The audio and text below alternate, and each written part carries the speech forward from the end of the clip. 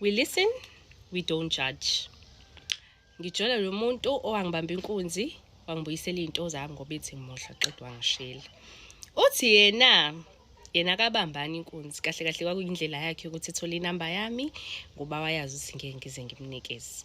Fanele ngabe iyangicika ke leyo nto ngoba wangisabisa ngesibhamu, kodwa iyangichaza ngoba ngiyayithanda i-tough love.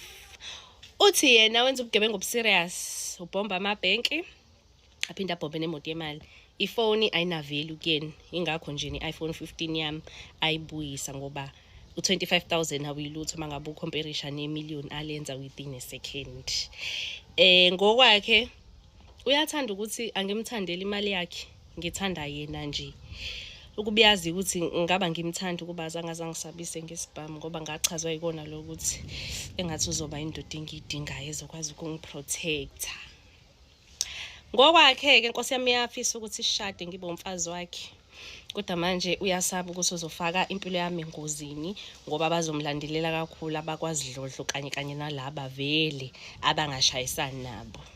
Mangabe yena esenomfazi.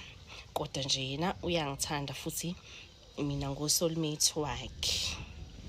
We listen, we don't judge.